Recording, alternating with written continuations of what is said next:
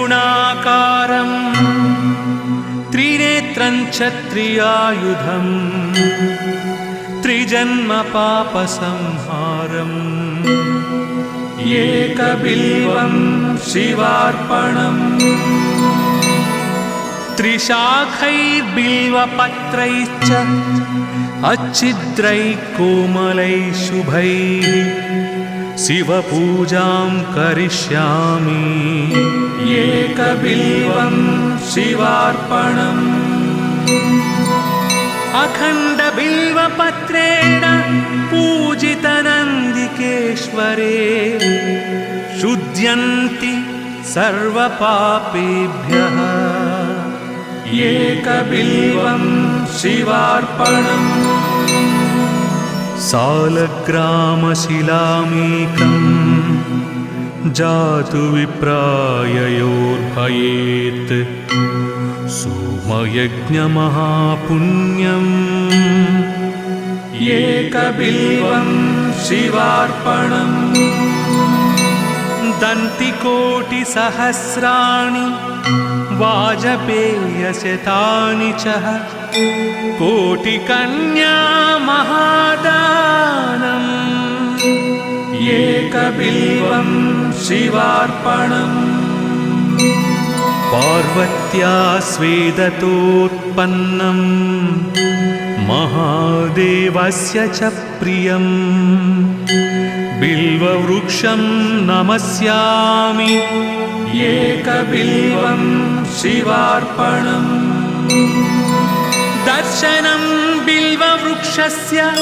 स्पर्शनं पापनाशनम् अघोरपापसंहारम् एकबिल्वं शिवार्पणम् मूलतो ब्रह्मरूपाय मध्यतो विष्णुरूपिणी अग्रतः शिवरूपाय एकबिल्वं शिवार्पणम् बिल्वाष्टकमिदं पुण्यं यः पठेत् शिवसन्निधौ सर्वपापविनिर्मुक्तः शिवलोकमवाप्नुयात्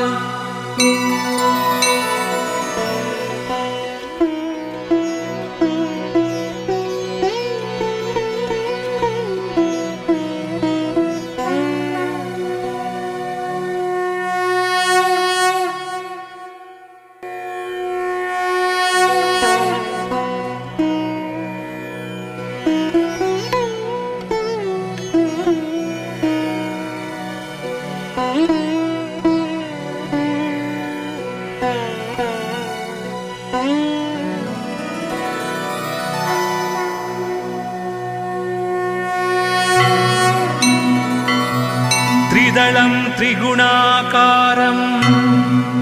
त्रिनेत्रं च त्रियायुधम्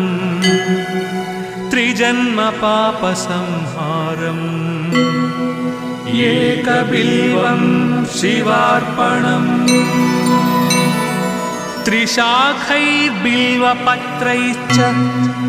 अच्छिद्रैः कोमलैः शुभैः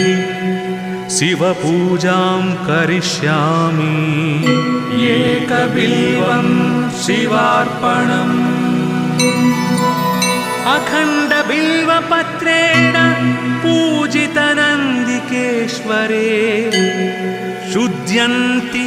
सर्वपापेभ्यः एकबिल्वं शिवार्पणम् सालग्रामशिलामेकं जातु विप्राययोर्भयेत् सोमयज्ञमहापुण्यम्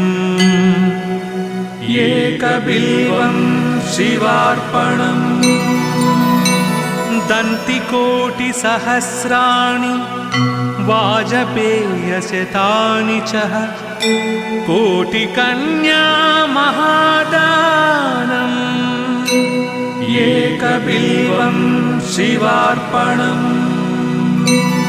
पार्वत्या स्वेदतोत्पन्नं महादेवस्य च प्रियं बिल्ववृक्षं नमस्यामि एकबिल्वं शिवार्पणम् दर्शनं बिल्ववृक्षस्य स्पर्शनं पापनाशनम् अघोरपापसंहारम् एकबिल्वं शिवार्पणम् मूलतो ब्रह्मरूपाय मध्यतो विष्णुरूपिणी अग्रतः शिवरूपाय एकबिल्वं शिवार्पणम् बिल्वाष्टकमिदं पुण्यं यः पठेत् शिवसन्निधौ सर्वपापविनिर्मुक्तः शिवलोकमवाप्नुयात्।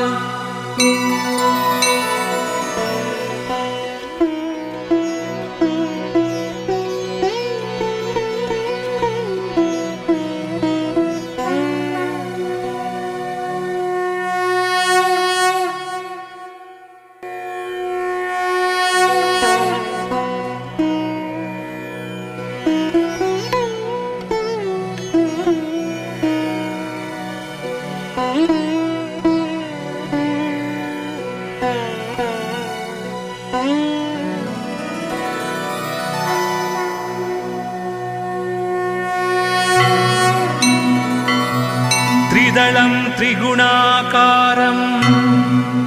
त्रिनेत्रं च त्रियायुधं त्रिजन्म पापसंहारम् एकबिल्वं शिवार्पणम् त्रिशाखैर्बिल्वपत्रैश्च अच्छिद्रैः कोमलैः शुभैः शिवपूजां करिष्यामि एकबिल्वं शिवार्पणम् अखण्डबिल्वपत्रेण पूजितनन्दिकेश्वरे शुध्यन्ति सर्वपापेभ्यः एकबिल्वं शिवार्पणम् सालग्रामशिलामेकं जातु विप्राययोर्भयेत् सोमयज्ञमहापुण्यम् एकबिल्वं शिवार्पणम् दन्तिकोटिसहस्राणि वाजपेयशतानि च कोटिकन्या महादानम् एकबिल्वं शिवार्पणम् पार्वत्या स्वेदतोत्पन्नं महादेवस्य च प्रियं बिल्ववृक्षं नमस्यामि एकबिल्वं शिवार्पणम् दर्शनं बिल्ववृक्षस्य स्पर्शनं पापनाशनम् अघोरपापसंहारम् एकबिल्वं शिवार्पणम् मूलतो ब्रह्मरूपाय मध्यतो विष्णुरूपिणी अग्रतः शिवरूपाय एकबिल्वं शिवार्पणम् बिल्वाष्टकमिदं पुण्यं यः पठेत् शिवसन्निधौ सर्वपापविनिर्मुक्तः शिवलोकमवाप्नुयात्।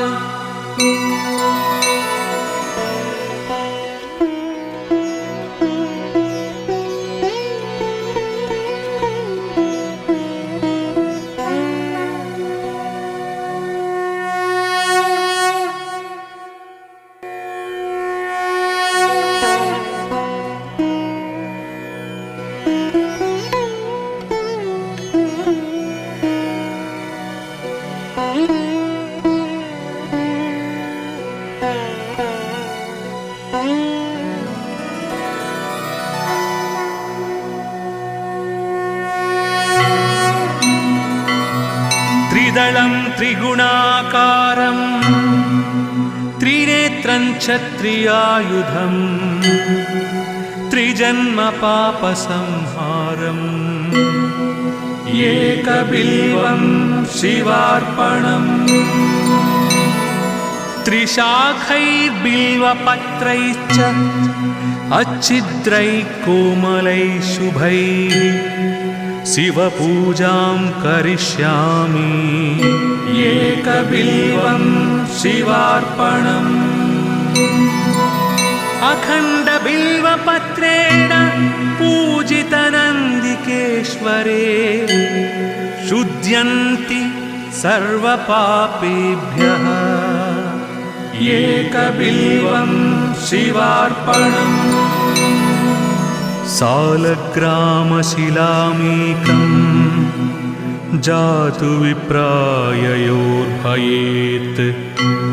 सोमयज्ञमहापुण्यम् एकबिल्वं शिवार्पणम् दन्तिकोटिसहस्राणि वाजपेयशतानि च कोटिकन्या महादानम् एकबिल्वं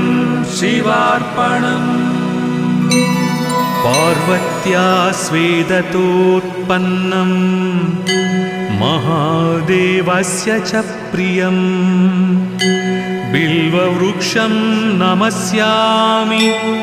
एकबिल्वं शिवार्पणम् दर्शनं बिल्ववृक्षस्य स्पर्शनं पापनाशनम् अघोरपापसंहारम् एकबिल्वं शिवार्पणम् मूलतो ब्रह्मरूपाय मध्यतो विष्णुरूपिणी अग्रतः शिवरूपाय एकबिल्वं शिवार्पणम् बिल्वाष्टकमिदं पुण्यं यः पठेत् शिवसन्निधौ सर्वपापविनिर्मुक्तः शिवलोकमवाप्नुयात्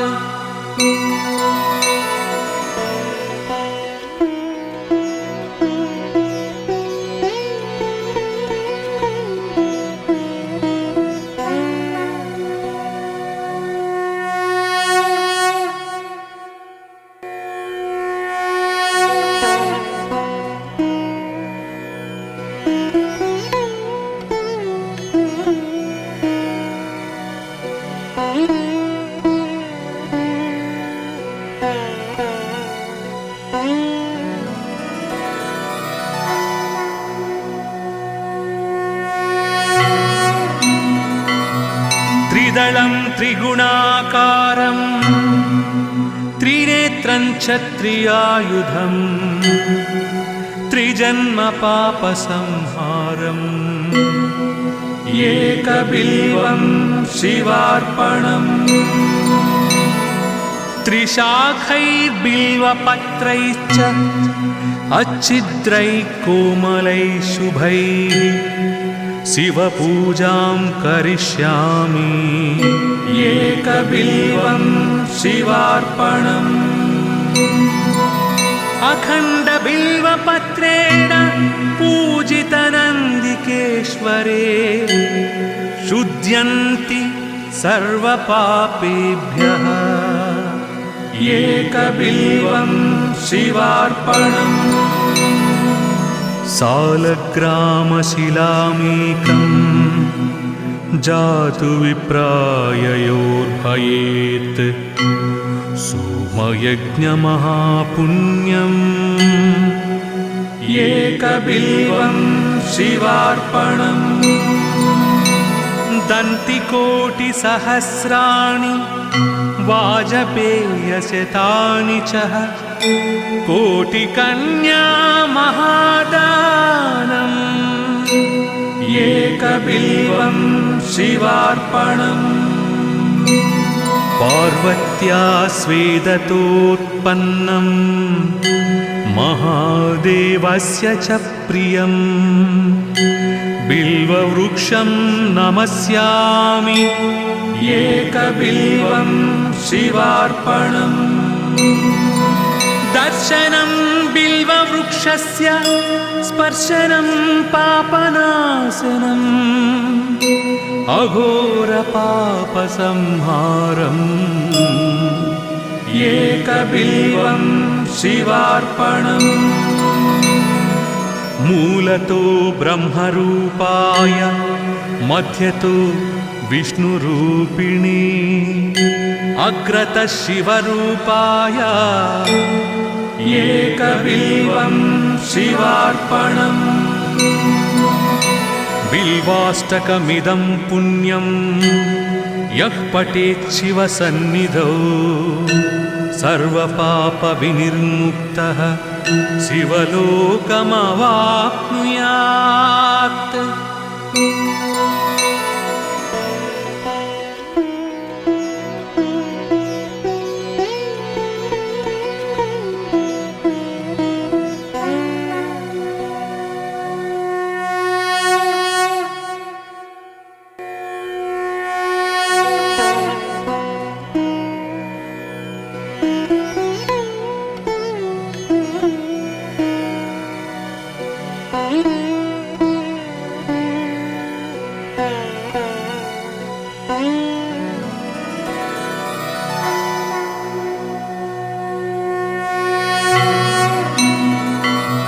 त्रिदलं त्रिगुणाकारं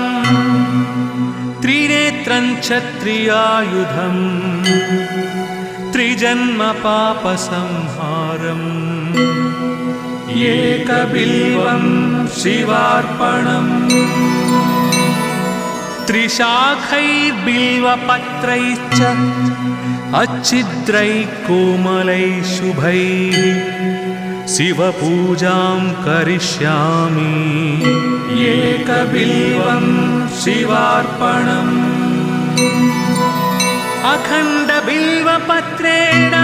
पूजितनन्दिकेश्वरे शुध्यन्ति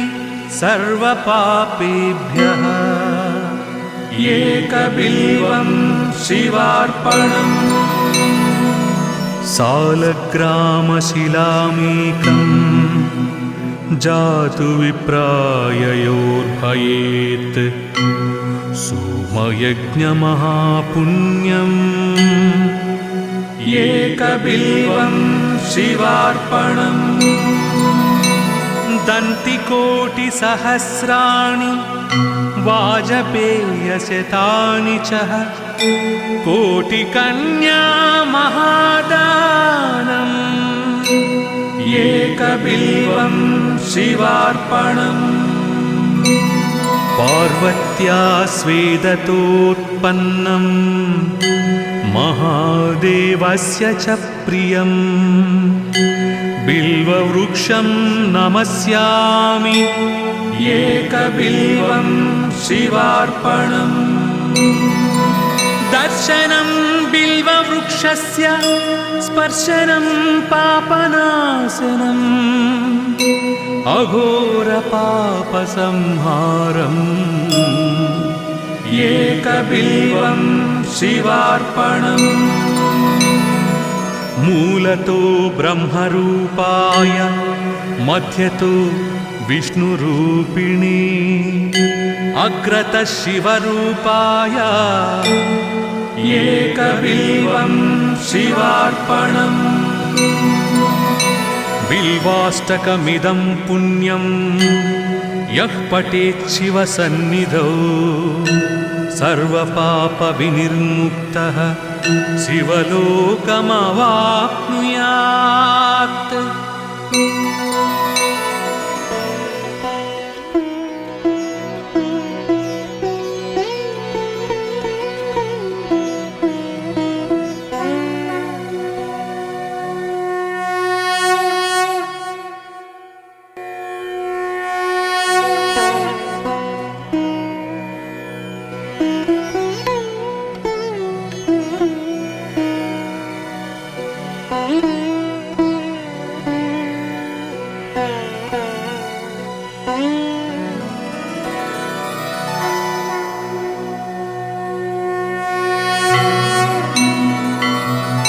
त्रिदलं त्रिगुणाकारं त्रिनेत्रं च त्रियायुधं त्रिजन्म पापसंहारम् एकबिल्वं शिवार्पणम् त्रिशाखैर्बिल्वपत्रैश्च अच्छिद्रैः कोमलैः शुभैः शिवपूजां करिष्यामि एकबिल्वं शिवार्पणम् अखण्डबिल्वपत्रेण पूजितनन्दिकेश्वरे शुध्यन्ति सर्वपापेभ्यः एकबिल्वं शिवार्पणम् सालग्रामशिलामेकं जातु विप्राययोर्भयेत् सोमयज्ञमहापुण्यम् एकबिल्वं शिवार्पणम् दन्तिकोटिसहस्राणि वाजपेयशतानि च कोटिकन्या महादानम् एकबिल्वं शिवार्पणम् पार्वत्या स्वेदतोत्पन्नं महादेवस्य च प्रियं बिल्ववृक्षं नमस्यामि एकबिल्वं शिवार्पणम् दर्शनं बिल्ववृक्षस्य स्पर्शनं पापनाशनम् अघोरपापसंहारम् एकबिल्वं शिवार्पणम् मूलतो ब्रह्मरूपाय मध्यतो विष्णुरूपिणी अग्रतः शिवरूपाय एकबिल्वं शिवार्पणम् बिल्वाष्टकमिदं पुण्यं यः पठेत् शिवसन्निधौ सर्वपापविनिर्मुक्तः शिवलोकमवाप्नुयात्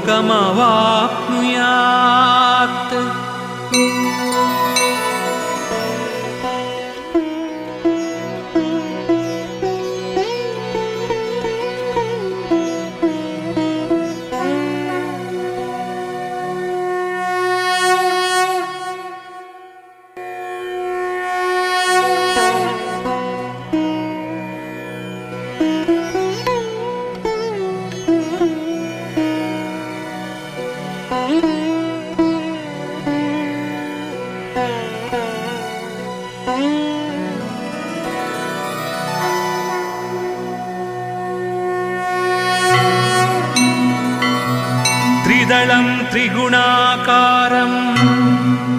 त्रिनेत्रं च त्रियायुधं त्रिजन्म पापसंहारम् एकबिल्वं शिवार्पणम् त्रिशाखैर्बिल्वपत्रैश्च अच्छिद्रैः कोमलैः शुभैः शिवपूजां करिष्यामि एकबिल्वं शिवार्पणम् अखण्डबिल्वपत्रेण पूजितनन्दिकेश्वरे शुध्यन्ति सर्वपापेभ्यः एकबिल्वं शिवार्पणम् सालग्रामशिलामेकं जातु विप्राययोर्भयेत् सोमयज्ञमहापुण्यम् एकबिल्वं शिवार्पणम्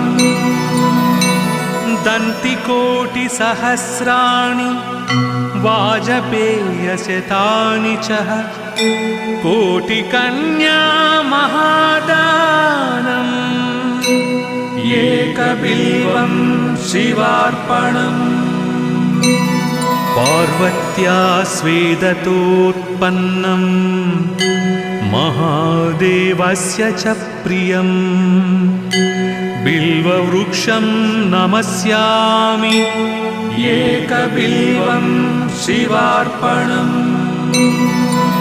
दर्शनं बिल्ववृक्षस्य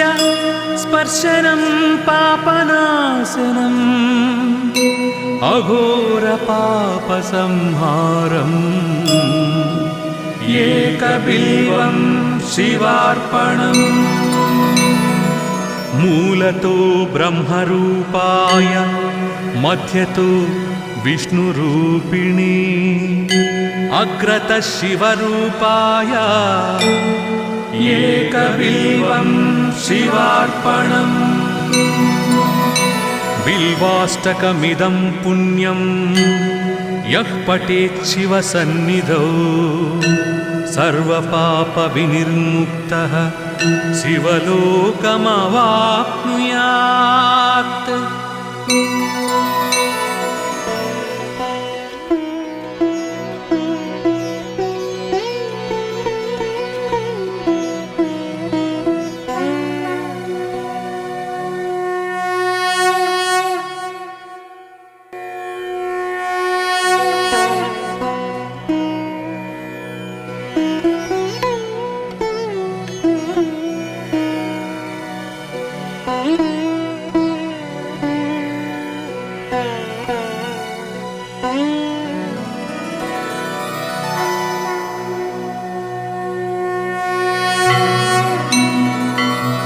त्रिदलं त्रिगुणाकारं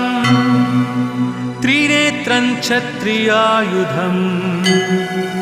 त्रिजन्म पापसंहारम् एकबिल्वं शिवार्पणम् त्रिशाखैर्बिल्वपत्रैश्च अच्छिद्रैः कोमलैः शुभैः शिवपूजां करिष्यामि एकबिल्वं शिवार्पणम् अखण्डबिल्वपत्रेण पूजितनन्दिकेश्वरे शुध्यन्ति सर्वपापेभ्यः एकबिल्वं शिवार्पणम् सालग्रामशिलामेकं जातु विप्राययोर्भयेत् सोमयज्ञमहापुण्यम् एकबिल्वं शिवार्पणम् दन्तिकोटिसहस्राणि वाजपेयशतानि च कोटिकन्या महादानम् एकबिल्वं शिवार्पणम् पार्वत्या स्वेदतोत्पन्नं महादेवस्य च प्रियम् बिल्ववृक्षं नमस्यामि एकबिल्वं शिवार्पणम् दर्शनं बिल्ववृक्षस्य स्पर्शनं पापनाशनम् अघोरपापसंहारम् एकबिल्वं शिवार्पणम् मूलतो ब्रह्मरूपाय मध्यतो विष्णुरूपिणी अग्रतः शिवरूपाय एकबिल्वं शिवार्पणम् बिल्वाष्टकमिदं पुण्यं यः पठेत् शिवसन्निधौ सर्वपापविनिर्मुक्तः शिवलोकमवाप्नुयात्।